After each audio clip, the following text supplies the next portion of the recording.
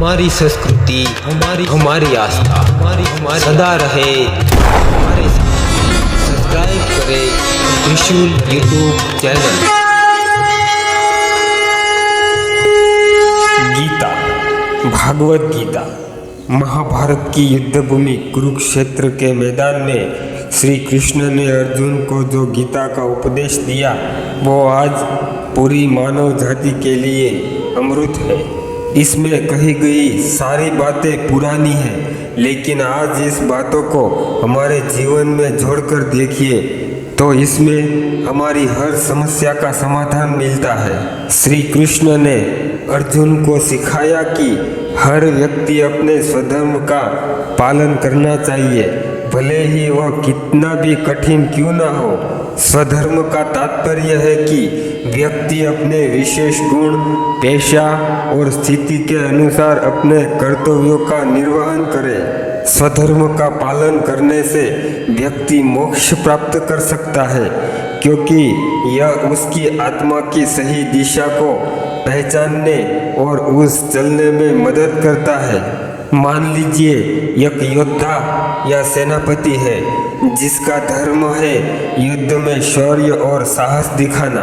यदि वह युद्ध में भाग जाता है या अपनी जिम्मेदारियों से मुंह मोड़ता है तो वह अपने स्वधर्म का पालन नहीं कर रहा। लेकिन यदि वह अपने कर्तव्यों का सही तरीके से पालन करता है, चाहे युद्ध कठिन हो या जोखिम भरा, तो वह अपने धर्म का पालन कर रहा है और व्यक्ति आत्मिक संतोष प्राप्त करता है। इस तरह एक शिक्षक का स्वधर्म है शिक्षा देना और एक व्यापारी का स्वधर्म है व्यापारिक नीतियों का पालन करना। जब हर व्यक्ति अपने स्वधर्म का पालन करता है तो वह अपने जीवन के उपदेश को सही ढंग से पूरा करता है और मोक्ष की ओर अग्रसर होता है। श्री कृष्ण ने अर्जुन को यह समझाया कि स्वधर्म का पालन करना न केवल नैतिक रूप से सही है, बल्कि वह आत्मा की मुक्ति का मार्ग भी है। और भगवत गीता में आचार्य गुरु और शिष्य के संबंधों को अत्यंत महत्वपूर्ण माना गया है।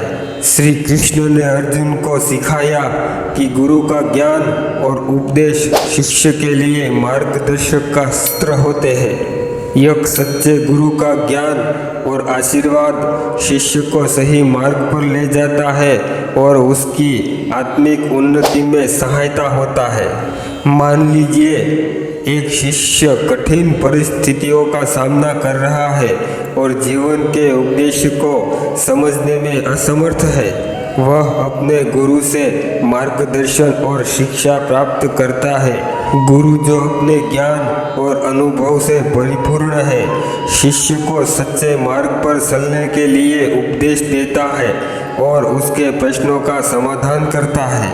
गुरु का ज्ञान शिष्य को सही दिशा और आत्मिक समझ प्रदान करता है। जैसे श्री कृष्ण ने अर्जुन को धर्म और कर्म के महत्व के बारे में समझाया और उसके मार्गदर्शक बने, इसी प्रकार एक गुरु शिष्य को जीवन की जटिलताओं को समझाने और सही निर्णय लेने में मदद करता है।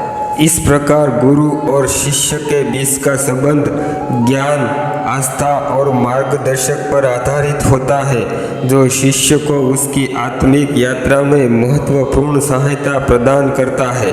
भागवत गीता केवल एक धार्मिक ग्रंथ नहीं है, वह एक सार्वभौमिक जीवन दर्शन और मानवता के लिए मार्गदर्शक प्रदान करता है। उसके उपदेश हर समय और हर स्थान पर प्रासंगिक है, क्योंकि वे जीवन की मूलभूत समस्याओं और प्रश्नों का समाधान प्रस्तुत करता है। मान लीजिए एक व्यक्ति किसी कठिन निर्णय या चुनौती का सामना कर रहा है। उसे गीता के सिद्धांतों के अनुसार इसे अपने कर्म पर ध्यान केंद्रित करना चाहिए और फल की चिंता नहीं करनी चाहिए, जो कि जीवन की हर परिस्थिति में लागू होता है। गीता की शिक्षा कर्म, धर्म और आत्मज्ञान पर आधारित है, जो सभी संस्कृतियों और समयों में मूल्यवान है। ये उपदेश व्यक्ति और सामाजिक जीवन में संतुलन और शांति लाने में मदद करते हैं।